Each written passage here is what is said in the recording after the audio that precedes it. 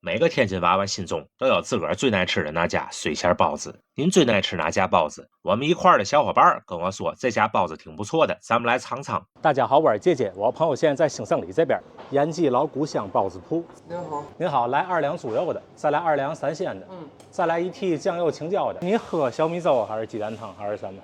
鸡蛋汤。来1碗鸡蛋汤，再来1碗小米粥。您带走是吧？在这儿吃。好嘞，一共68。取款128元。付好了。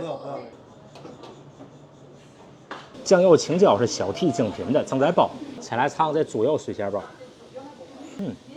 这油馅挺香，然后这个面的口感也可以，就是汤汁儿稍微少一点。再来一个看一下，圆中带点小韧性，半发面的外皮，看汤汁儿多吗？看一下，哦，这个包子还行，汤汁儿别浪费。这个肥瘦比例啊刚刚好。我俩赶的不太好，我俩大概其实11点左右来的，这时候食客不多。这时候呢，这个包子呢应该是刚蒸熟了一会儿，然后在屉里面续了一会儿，所以这个水馅包子汤汁儿就少一些。下面咱们来尝尝3鲜的水馅包子，这里面有个虾仁儿，看一下。这3鲜馅的味道还可以，但是我觉得猪肉水馅的比这3鲜馅的更好吃。酱油青椒的上来了，看一下。这个就是刚出锅的，哎，吃的就更香，有点像白吉馍，就是那个里面的那个油还有青椒，哎，剁碎那个味儿。当然了，这个酱油馅跟水馅是不一样的啊，但是呢，毕竟是刚出锅的，吃的就更香。来点醋，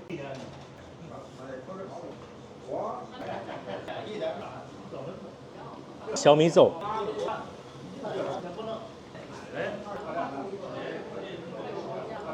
毕竟就是这个酱油包，它是刚蒸完，哎，马上吃，它肯定就更香。但是就是这个水馅包子，我觉得他家味道是不错的，就是这个猪肉的，还有这个3鲜的，啊，相比较，我觉得猪肉的更香。它这应该就是上一屉刚蒸完，哎，放屉里稍微续了一小会儿，哎，这个汁儿就有点往回收，就是它这个皮呢就有点稀这个汤汁儿。如果您喜欢我的视频，欢迎留言点赞、收藏转发，爱你哟，棒棒哒！